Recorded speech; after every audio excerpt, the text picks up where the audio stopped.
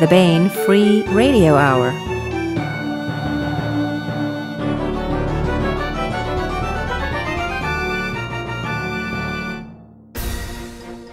On the podcast, long-lived alien family that participated in the American Civil War, but on both sides, brother against brother, consider a revealing recipe for Euler macaroni pasta that both sides enjoyed so much, but one called corn pone and the other macaroni.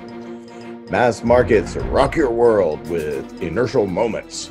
Plus, we continue the complete audiobook serialization of David Weber's Uncompromising Honor, all right now.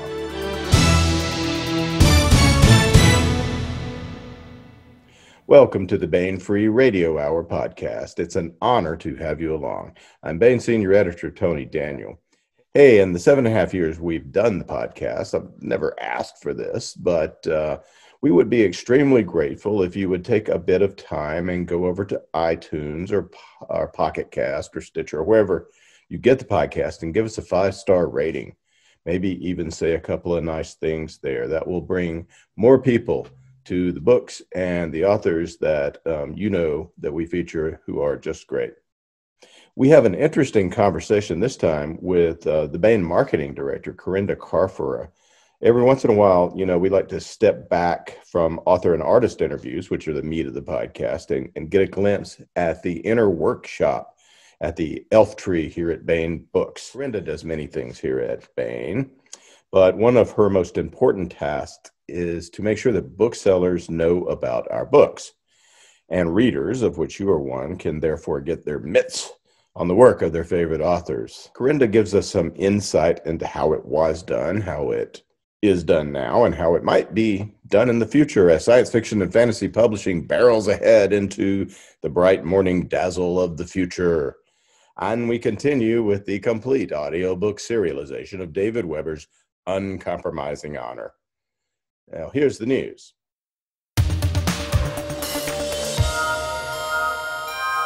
Hey, believe it or not, the number of reviews a book gets on Amazon and other online retailers nowadays gets processed by some of these bookseller algorithms and goes into determining orders on the author's next book. So leave those online reviews at the books and authors that you love. A happy reminder that July is Independence Month here at Baen and Baen eBooks, and it continues until the very end of the month. Nothing says independence like David Drake and the RCN series. So right now we're having this sale where you can save 28% on the latest RCN novel, To Clear Away the Shadows, which is a savings of $2 off the ebook. It's really, really good deal. Plus, save $1 on the other ebooks in the RCN series. All of them have $1 off. So that is $4.99 for the latest RCN book, To Clear Away the Shadows, and that is $1 off all the other ebooks in the series, including the second edition of With the Lightnings.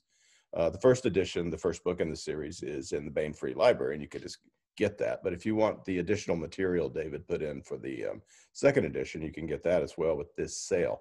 The sale runs through July 31st. These prices are available anywhere the Baen eBooks are sold. They are available on the Baen eBooks website, which is at baen.com. And you just go to those books and you'll see them there. They're also available at Amazon. They'll be reflected online everywhere. So the July Independence ebook sale, and hey, it's David Drake. What's not to love? Now, what's that sound? It's the stampede of the Baen July mass market paperbacks bursting out of the chute and into the reading arena. Yahoo! First up is 1637, The Polish Maelstrom by Eric Flint. The Ottoman Empire was captured by Vienna and is now laying siege to the Austrian government in exile established in the city of Linz. Both the United States of Europe and the Kingdom of Bohemia have come to Austria's assistance, but everyone knows this is going to be a long and brutal struggle. Meanwhile, Poland is coming to a boil. Boy, things are coming to a boil everywhere in Central Europe as those American refugees from the future who came back in the West Virginia town of Grantville showed up in 1632 and just began stirring the pot. Also out in mass market paperback format now is Noir Fatale, which is edited by Larry Correia and Casey Ezel. This is an all-new anthology. All the stories are new, containing a full spectrum of noir science fiction and fantasy, each incorporating the femme fatale character archetype. From straightforward, hard-boiled detective stories to dark urban fantasy to the dirty secrets of futuristic science fiction, all have that hard, gritty feel. Stories by Larry Correia, Laura K. Hamilton, David Weber, Casey Ezel, and more. And finally out in mass market edition for July is Terra Nova, The Wars of Liberation, edited by Tom Kratman. Contained in this volume are tales of the history of mankind's future first colony, from the first failed attempt at colonization to the rise in crime, to the rise in terrorism, to its descent into widespread civil war and rebellion and ultimate liberation. These are all stories set in Tom Kratman's Guerrero series, of course. Terra Nova, The Wars of Liberation, edited by Tom Kratman. Noir Fatale, edited by Larry Correia and Casey Ezel.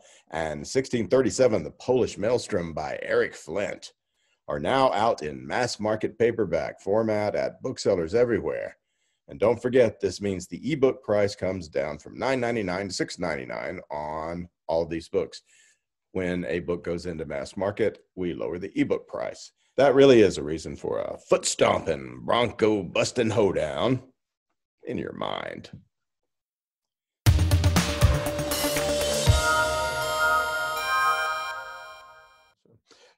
I want to welcome Corinda Carfora to the podcast. Hey, Corinda. Hey, Tony. So, Corinda Carfora is, what the hell is your title? You do everything, basically. So. I'm the goddess of sales and marketing. I see. So, I mean, which is all right. Sales and marketing it sounds nebulous. There are so many things that you also do. You're a liaison to, Baen is distributed by Simon & Schuster, which not a lot of sometimes readers don't realize. And we have so much to do with Simon & Schuster all the time, and you are our eyes and ears there as well. And you're in New York, and you have the New York beat that keeps everything flowing with the publishing world there. Tell us a little bit about your background, where you came from, and how you got to be this avatar of Baen in the big city that you are today. Oh, well, I moved to New York in this, I'm not going to say, because then I'll give away my age. When I first moved to New York, You're from Florida, right? No, I'm from New Jersey, actually. Oh, you're from New Jersey. Oh, you went to college in Florida. I went to the University of Miami. I majored in music, and then I went to New York and studied at Carnegie Hall. And I was trying to break into showbiz, and which is not an easy thing to do. I did have some success later on, working with Bruce Springsteen and doing a number of off-Broadway things and working with the Deliverance Band. However, it's tough to pay your rent in New York, so I started doing temp work, and I was temping at DC Comics. And after 2 weeks there, they offered me a full-time job. And of course, my father wanted me to have some stability. So I'm like, all right, I'll do it. And with the understanding with my boss that if I had to run out for an audition, that wouldn't be a problem, and I'd make up the hours, whatever. So, and as it turned out, I really enjoyed working in the comic book business. It was at the beginning when graphic novels were just starting to happen. I had the opportunity to work with Miller and, oh God, just a chunk of them way back when. So it was a really interesting time to be in comic books. It's not the same anymore. I remember San Diego Comic Con was where people actually went to buy comic books. So I know, and that's changed drastically now. And then after DC, I went on to adult publishing, and I always feel like I have to clarify that it's not like adult films, and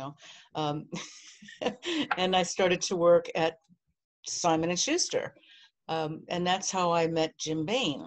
I was a national account manager for the the Walden Books and B. Dalton at the time, and then Barnes & Noble.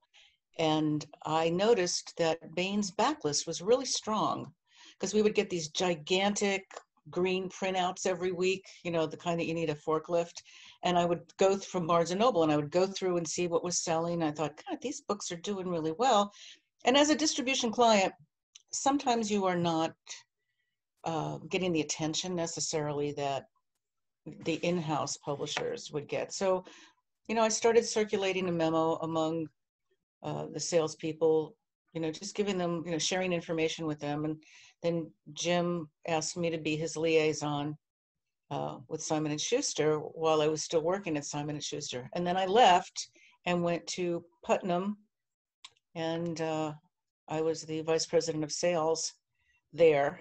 And then I ran screaming from the building because I couldn't deal with the corporate environment. Because, you know, you get in the elevator and there's a publisher and the first thing they say is, how come my book didn't make the New York Times list? Yeah, because it was a book about orbs, you know. So then after I ran screaming from the building, I realized I had nowhere to go. And I thought, well, I'll figure it out. And I started to reach out to a lot of my publishing colleagues. And I sent Jim a letter saying, I am available if you want me to work with you. And that was 20 years ago. And so I've been doing that ever since. And having known the Simon & Schuster idiosyncrasies and a lot of the Simon & Schuster people, the personnel there, it was, I want to say, an easy transition, but you know, I feel like I have a really good relationship with a lot of those people, and we can pull ourselves away from the distribution pack, and we can get a little bit more notice, a little more attention. And you being someone who's been around a long time, and you know, just people here and there throughout the company and throughout publishing, it's really helpful for Baen authors and Baen readers ultimately to have that sort of advocate there, right? Yeah, and I think, you know, knowing the people, knowing the list,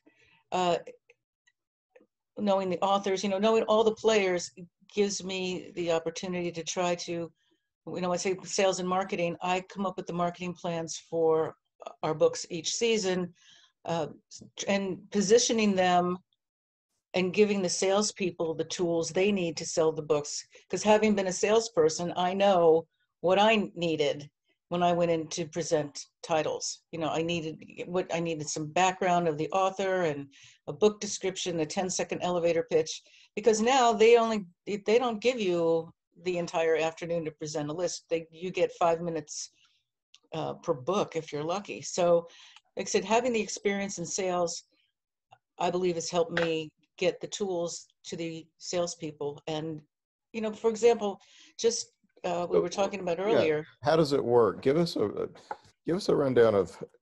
So you know, a lot of people have no idea how books get to bookstores and how it works. That, I mean, the sales force of the company goes out and sells to individual booksellers as well as these big distribution folks like Ingram and others. And there's so many books and only so much time. Right. And so, you know, what these people, the people that sell it and the people that are buying it need to know, right? That's what. Correct. And well, you know, we go with our seasonal catalog. Several years ago, a lot of the publishers decided they were going to do away with their printed catalogs. I thought it was a mistake because every year, I think 20 years ago, there might have been 100,000 books published in a year. Now there's close to 2 million. How do you set yourself apart? And how do you, again, giving the salespeople a tool. So when Simon decided to stop doing printed catalogs, we took the list of all of the stores and we divided it up. There were we have 250 stores, and we called every one of them and said, do you still want a printed catalog? And 85% of them said yes. Now, mind you, yes, you can get the information off of Edelweiss. You can get the information. Simon has their whole database, but being able to turn to a page and look at something without having to go fish for it, you know, that's what I would say. I don't make people go fish for information. Give it to them. So kind of old school that way, right? it is. And you know, when we were talking about this earlier too, the grassroots kind of stuff. I think people have become so accustomed to technology that we sometimes forget how important the one-on-one is, and the personal connection you have, like with a bookstore, like for example, Uncle Hugo's. I mean, I have a personal connection with the owner, and because of that, we're able to do things for him that we probably could never do with a big chain. And it's important for us to keep these specialty stores viable. We'll do things like get signed books by the authors and send them to Uncle Hugo, and he sells them through his mail order business. And those books aren't coming back. And that's the other thing about book sales. There's gross and net. Well, many people don't realize that books are sold on consignment. Yes. So I was going to explain that. There's gross and net. You can ship 1 million copies. What you do is you don't want to get 1,000,005 back. You want to, and a lot of people don't know this. If you start reading a book and you don't like it, you can take it back to the store. Everyone I say that to, they're all shocked. Like, I didn't know that. I'm like, well, yeah, everything is returnable, unless you sell it on a non-returnable basis, but that's we don't normally do that. Yeah. Yes. So that's the American book selling for you right there. So we get our books are ordered and they go to the bookstores, and then the ones that don't sell come back to us and we refund them. Yes, exactly. Which is exactly. somewhat And we don't want that. Yes. We want the books to sell through. Yeah. And so the first half of my job is to put the plans together to get the books sold in. And then on the back end is, what are we doing to focus to the consumer? There are a number of newsletters that we advertise. We do the website for Stars and Stripes.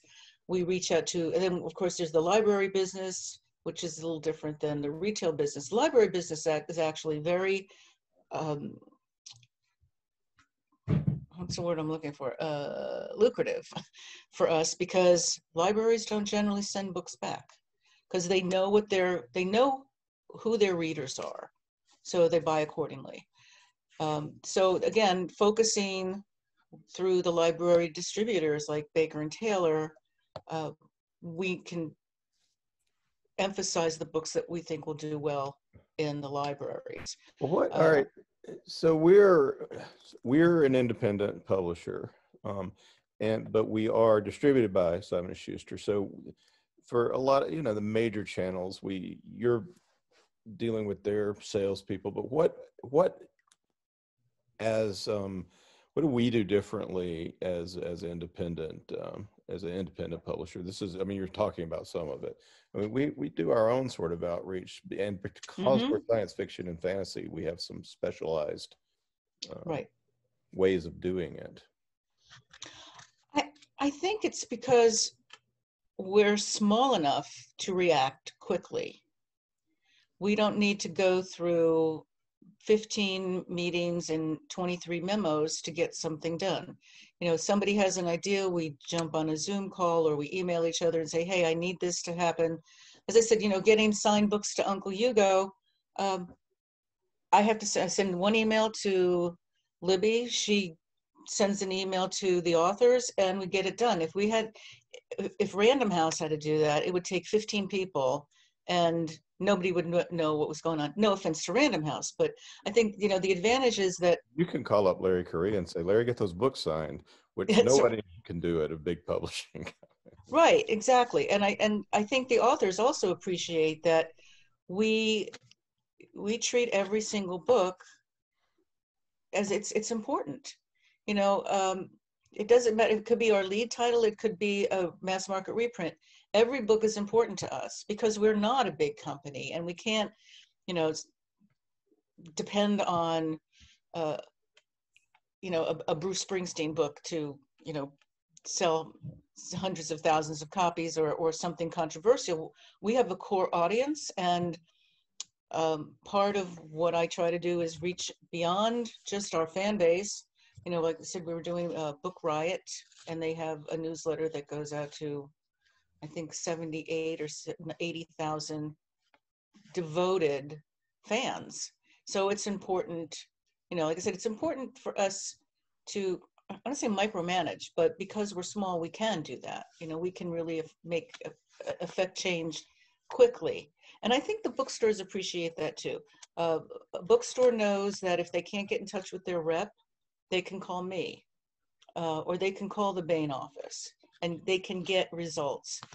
We try to limit the frustration level of booksellers. We want to know them to know that we're partnering with them, because we want them to sell our books as, you know, as much as they want to sell books. You know, we're all in this, it's, you know, the book selling industry. The personal touch of Yes. Baen. Yeah, I think that, you know, it's important, especially now when, like I said, you know, people think because they can, you know, go on Facebook and social media that they're making a connection, but it really is not the same. It's not the same as, you know, having a person's name, a real name, and, you know, not necessarily a face, but just know that you can get something accomplished. You know, like Vivian from Forbidden Planet in the UK, she'll email me because she wants, you know, we're getting Lois Bujold to sign some book plates for her. So I think that really works in our favor. Yeah, yeah. Well, what, tell us some of your favorite, tell us a story or two about about Baen and working at Baen. Nothing, you know, too, nothing I don't know. to tell, you know. I don't know. I can tell you a funny story about Lex Luthor. Yeah, sure. Well, when I was at DC Comics, the CEO, Jeanette Zahn, decided that she wanted to change everyone's costume. She wanted to update their wardrobe. So she hired a designer named Marilise Flusser to come in and redo all of the superheroes' costumes. So here we are at Comic-Con, and some fan who was in his late 20s came over to me, and he was outraged. He said, Lex Luthor would never wear anything like that. And I thought, because you are such a close personal friend of Lex's, you know what he would wear or not wear. So, you know, fans can be funny. They can be funny. I don't know about too many Baen stories, because except for the time I had to take the microphone away from Jim Baen. That, I mean, rest his soul. I mean, you had a really personal and friendly and great relationship with Jim, but also you know, I think he used to go on at sales conferences because he loved the books so much. He would just keep talking about them, and you were. Yeah, exactly. He would start to present the books, and as I said, we have, you know, you might have 30 minutes to do a whole presentation, so you can't spend 25 minutes on one book and then you've only got 5 minutes for the rest of the list. But Jim would start and he would keep going, and I was looking at the clock, so I would grab the microphone from him. Because one of his favorite expressions was, "Oh, but I digress." So I took the microphone and I said, "You are digressing," and then I just took over the whole presentation. Yeah. And then he goes, "Don't you ever do that to me again." And I looked at him. He goes, "Okay, you can do it again." If you want the salespeople to know about all the books, you've got to squeeze it into that timeline. But I understand the enthusiasm, you know, when you're talking about a book or you're talking about an author or a new series. But yeah, Jim, he didn't like to be confined to a certain time limit, but so I had to keep him in line. Keep him going. Yeah. Well, what now? I've heard you say over and over again, you know, you really like print. I like what? You like print. You like the physical book. Mm-hmm. Yes.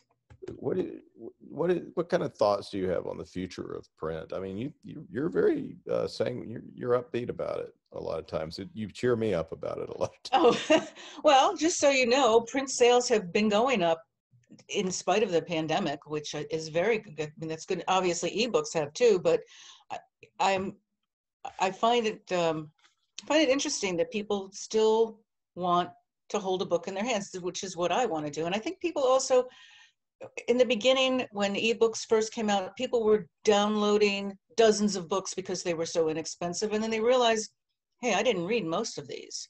So I think just psychologically having a book on your shelf, it just reminds you of, you know, what you read, when you read it at a certain time.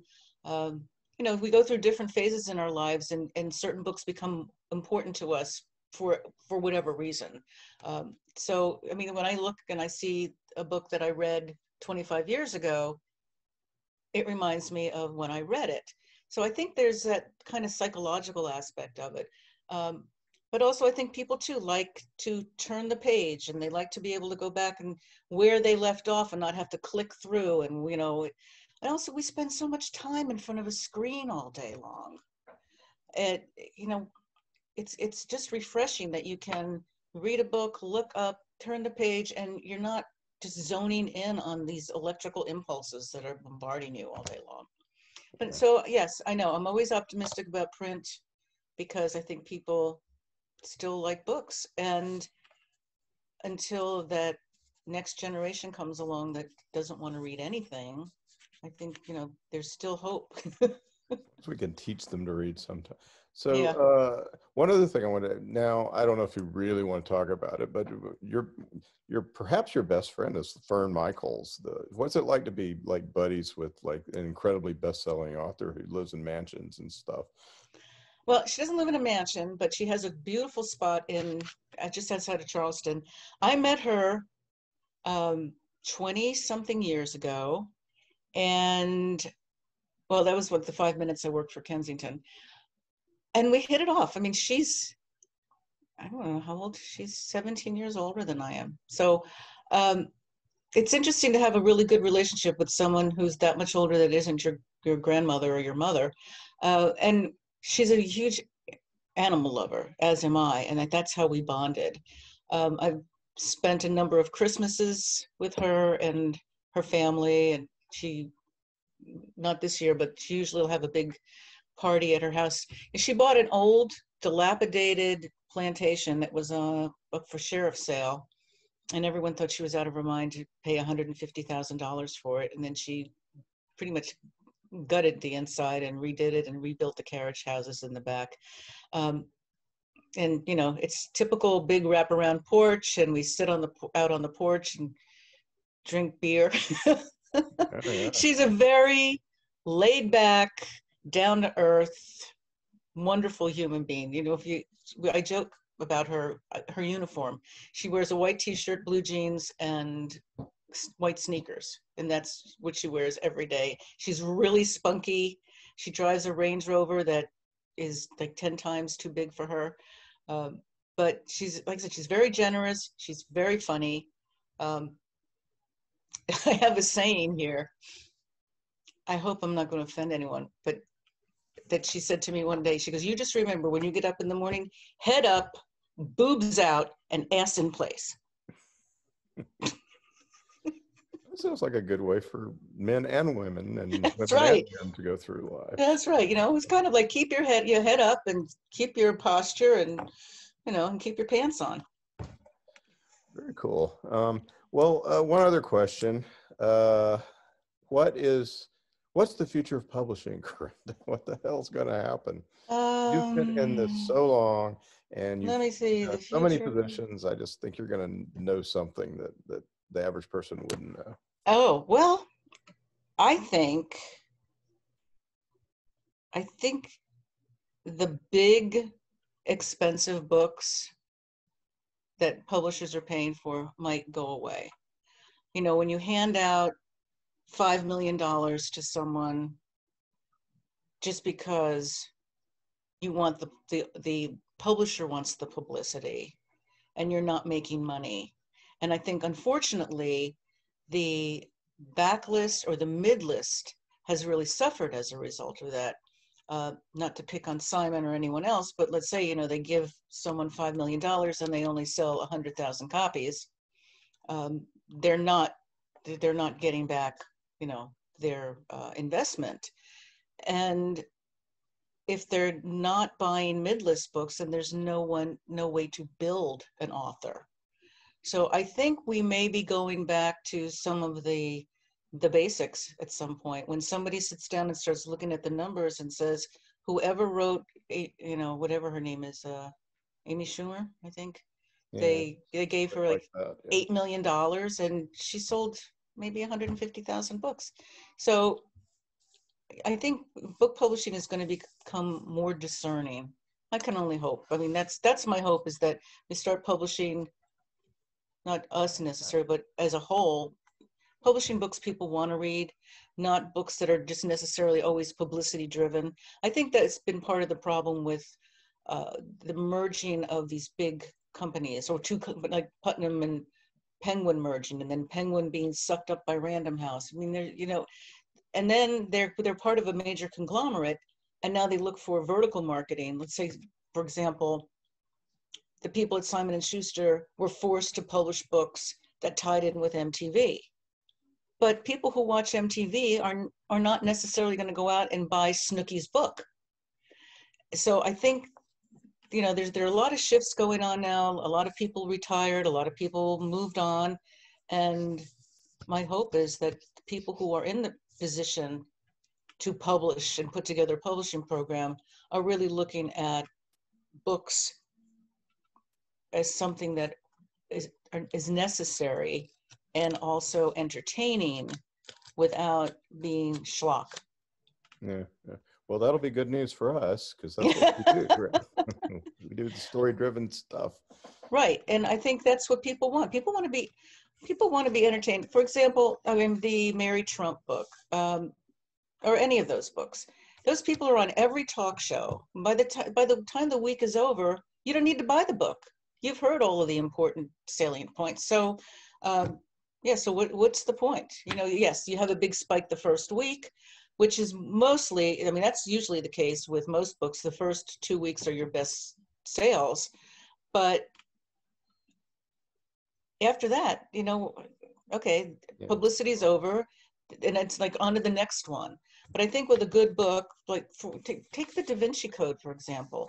I realize we're not in the same century when that came out, but it was word of mouth. And I think that is what is going to help sell books again, is people recommending.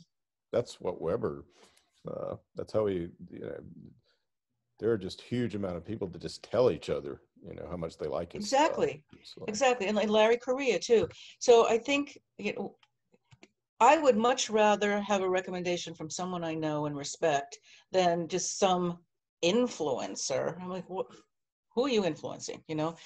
So I think that's, going to be the future. Some publishing companies, they create an imprint. There's like the imprint du jour, why they create imprints, and then 2 years later, those imprints are, abandoned. Not to be found on the websites. Yeah. So I think that, if publishers want to stay in business, they have to get back to the business of publishing books and not just celebrity-driven stuff. Well, that sounds like a great place to end it. Okay. So, and I think that is wisdom we should all heed. And good. Thank God it's going to happen, I hope. Yeah. Well, thank you. And anything else you want to know? I don't know. Just fly by the seat of my pants.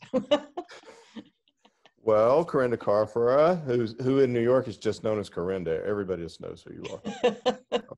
Thank you so much for talking with us today. Thank you, Tony. Enjoy the rest of your day. Stay safe out there. Ciao.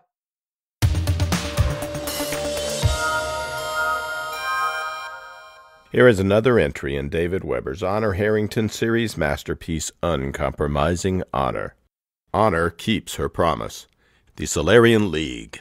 For hundreds of years they have borne the banner of human civilization, but the bureaucratic mandarins who rule today's League are corrupt and looking for scapegoats. They've decided the upstart Star Kingdom of Manticore must be annihilated. Uncompromising courage. Honor Harrington has worn the Star Kingdom's uniform for half a century. Very few know war the way Honor Harrington does. So far, hers has been a voice of caution. But now the Mandarins have committed atrocities such as the galaxy has not known in 1,000 years.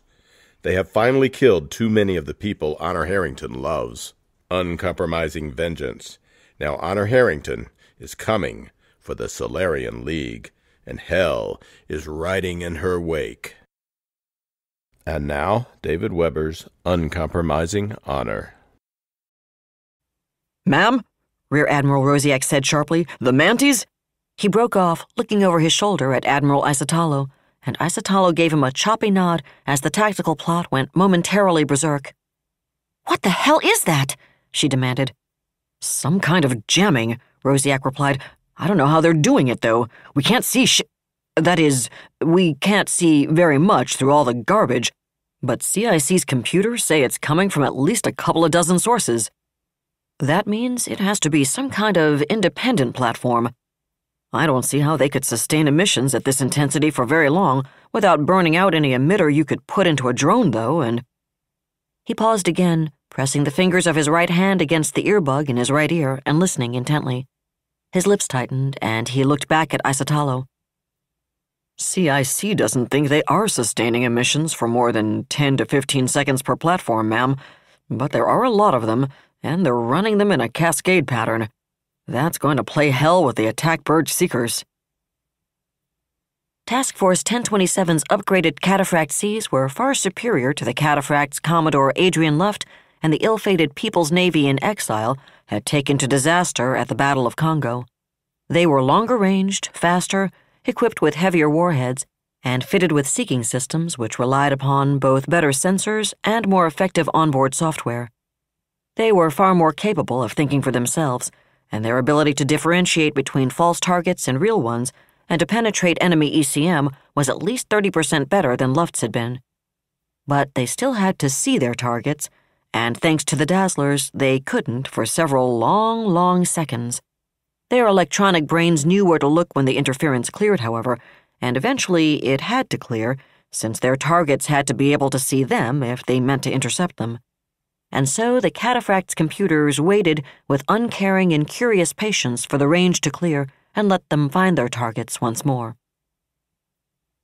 "Decoys coming up, now," Commander Salas said calmly, and the fusion-powered Lorelei platforms keeping station on Sir Martin Lessom's cruisers and destroyers suddenly switched on their emitters. Powered by the same microfusion reactors that made Ghost Rider possible, Lorelei had a far higher energy budget than anyone else's ECM or EW platforms. With no need for beamed power from the ships they were protecting, however, the platforms could actually maneuver independently, mimicking moving starships almost perfectly. And even as the cruiser's stealth systems knocked back their emission signatures, the Lorelei's emitters deliberately enhanced theirs. They couldn't match the full power of a Saganami C or Saganami B's actual signature, but they could and did duplicate the signature of a Saganami C or Saganami B hiding under stealth, and there were dozens of them. The master plot aboard SLNS Fujoyant cleared as the jamming platforms went down at last, and Isotalo found herself leaning forward in her command chair, eyes narrowed as she watched the icons of the Manticoran ships reappear upon it. There they were, and, "Ma'am, we're picking up—" "I see it, Bart." She cut Rosiak off and shook her head. "Not quite the same thing as believing it, I'm afraid," she added harshly. The number of targets on her tactical plot had quintupled. From this range, not even her passive shipboard sensors could positively differentiate between the sudden rash of false targets and the real ones.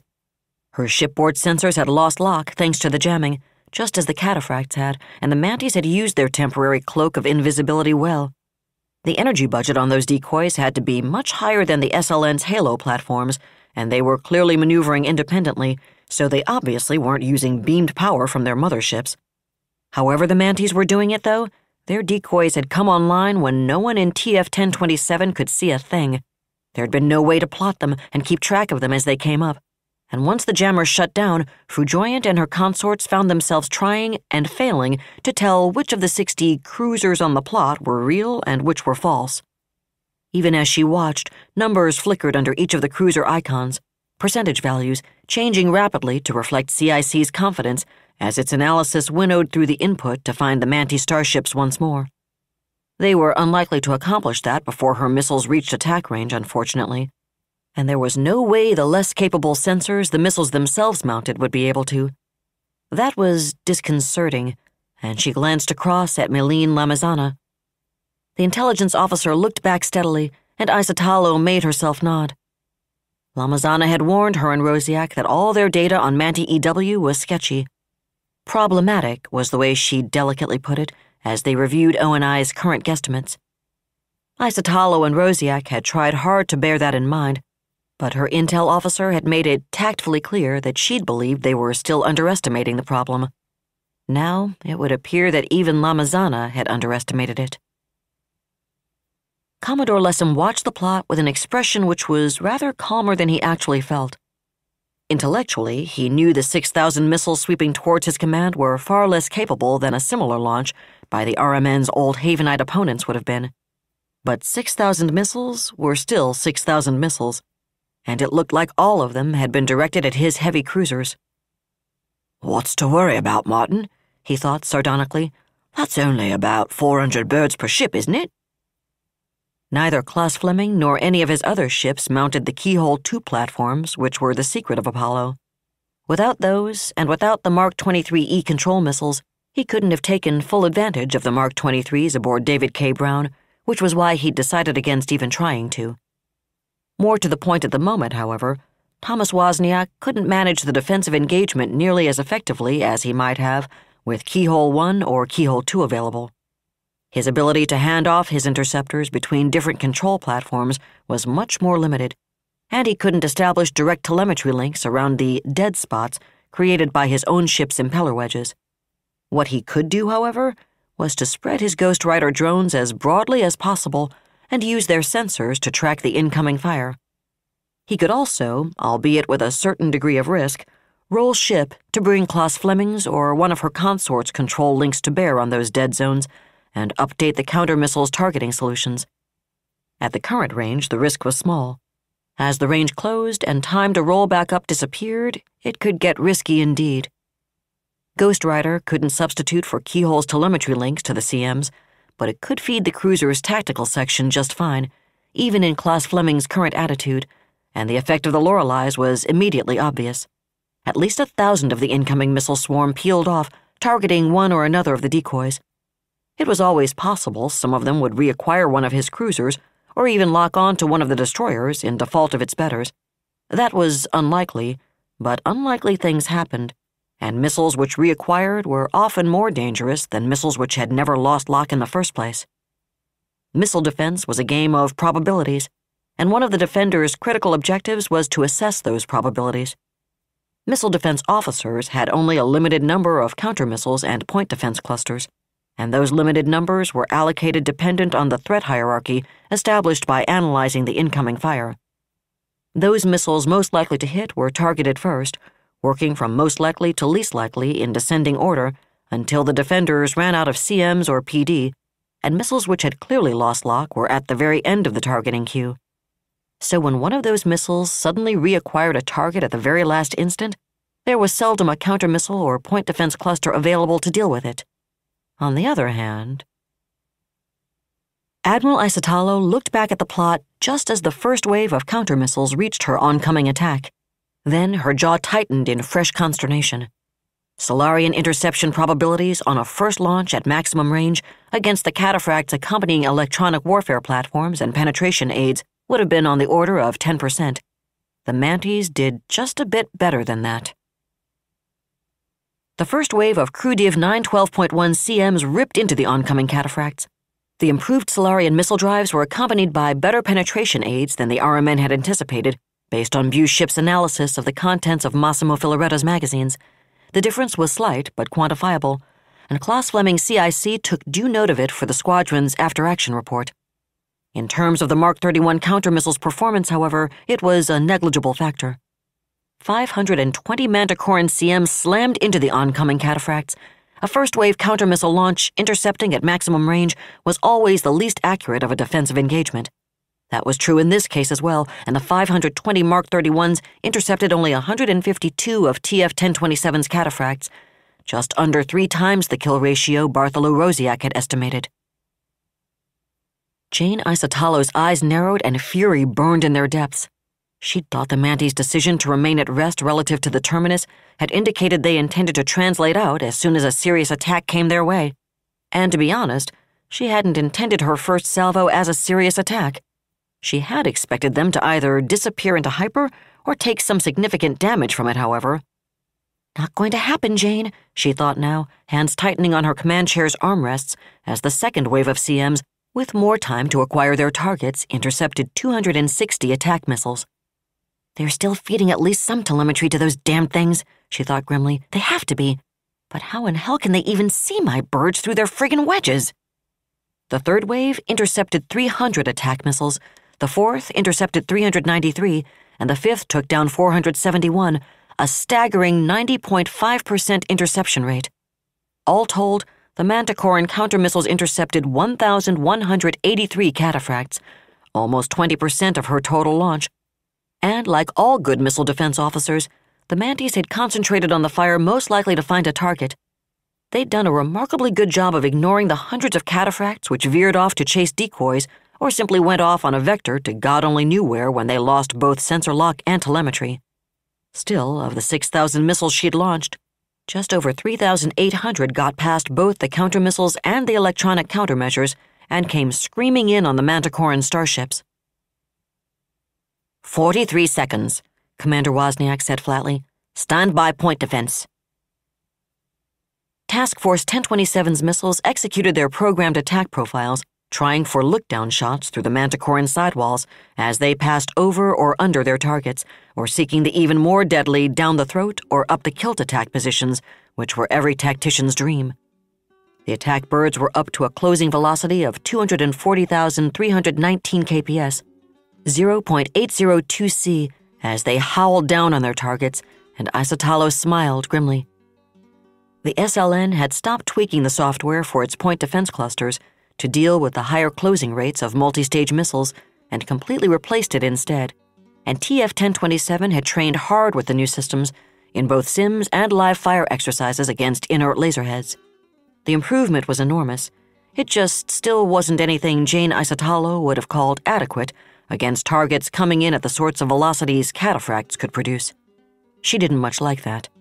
On the other hand, physics played no favorites. At those velocities, an awful lot of her missiles were going to get through even the Mantis' defenses.